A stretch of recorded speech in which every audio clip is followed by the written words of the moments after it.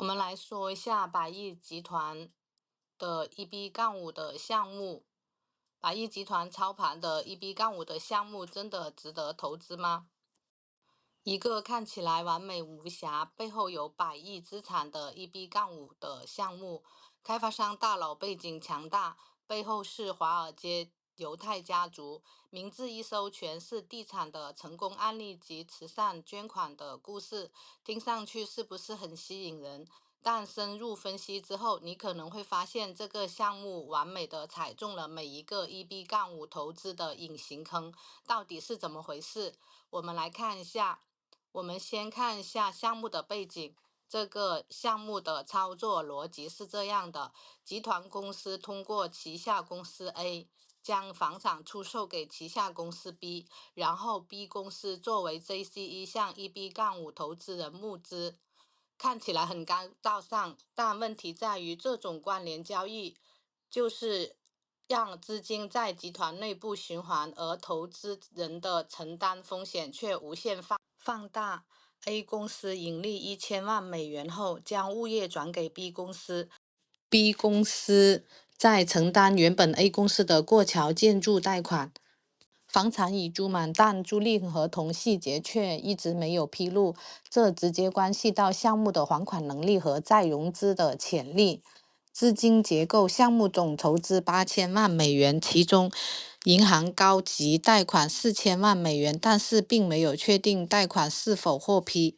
EB-5贷款3600万美元，开发商自有资金只有400万美元。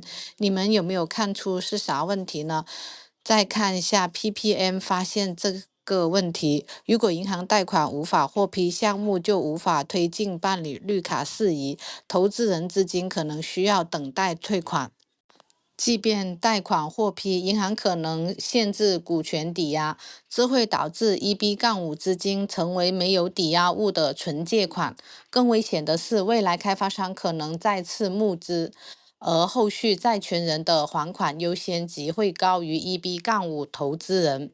再看还款抵押物，几乎没有实际保障。EB-5贷款3600万美元，但只有400万的股权作为抵押物，而且其他债权的优先级比 EB-5的资金高。这意味着一旦出现问题，EB-5投资人基本上没有任何的保障。还有一条更狠的条款，就是给管理人过度授权。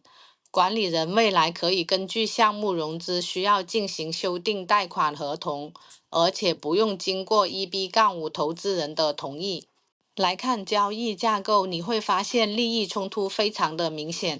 这个明显的资金管理人 JCE、开发商、开发集团以及建筑过桥贷款提供方，全部隶属于同一个集团公司。换句话说，基金的管理人和开发商是左手管右手。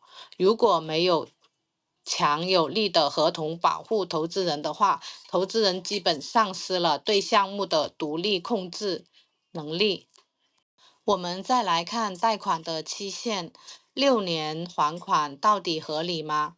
项目的贷款初始期限是3年，但有3次的延期权，每次1年，总共可延长至6年。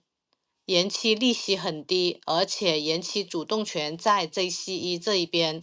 这里就有一个疑问：项目已经竣工了，EB-5资金只是用来替代开发商的过桥资金，那为什么还需要6年的还款期呢？我们仔细再看投资的约定。这里有一个知识点，一般项目再投资会有2个可能性，也就是 JCE 和 NCE 都有可能去再投资。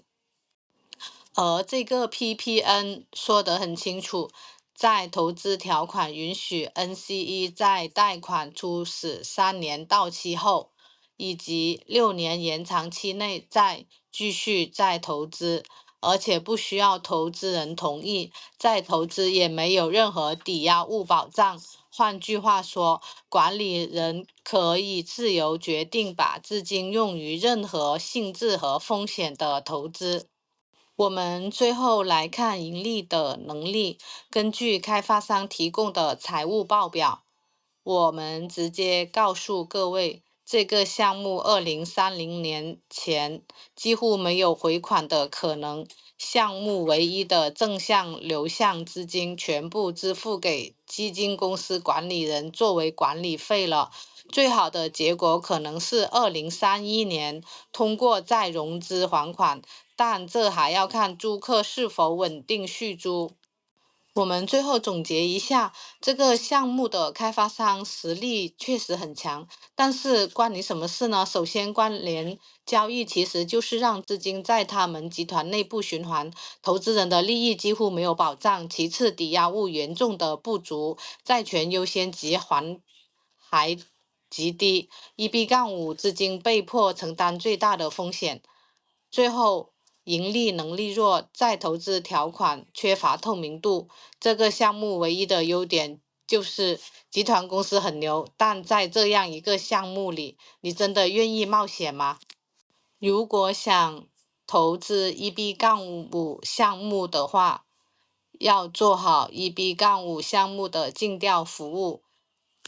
不限量项目分析，全程梳理投资移民思路，项目筛选，项目谈判服务，协助与项目方谈判并签署补充协议，增加回款稳定性。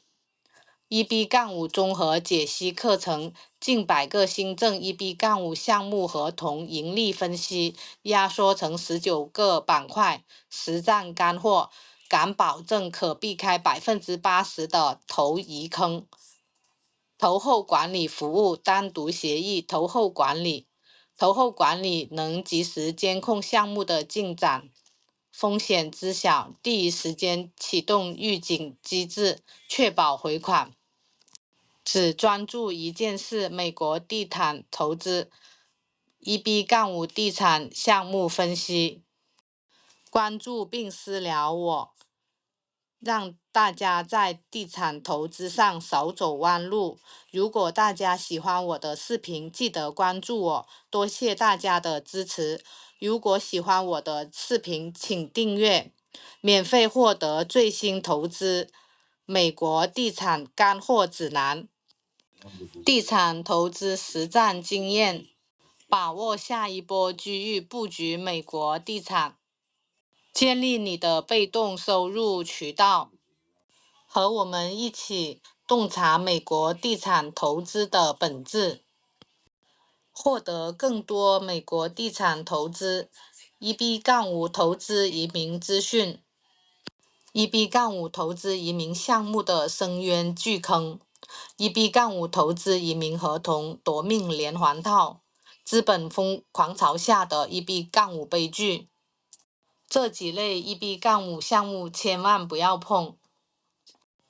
人财两空 ，EB-5移民可能面临的3种结局。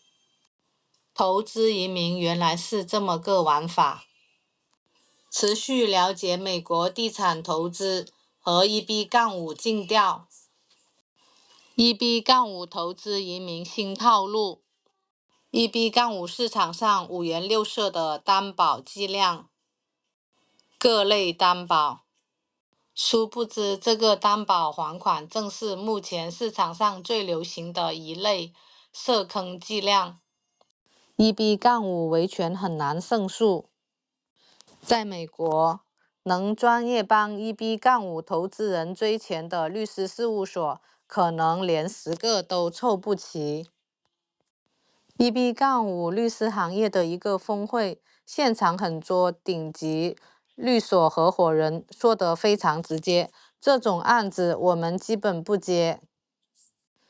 全美国真正愿意也有经验帮 EB-5投资人打官司的律师，不超过个位数。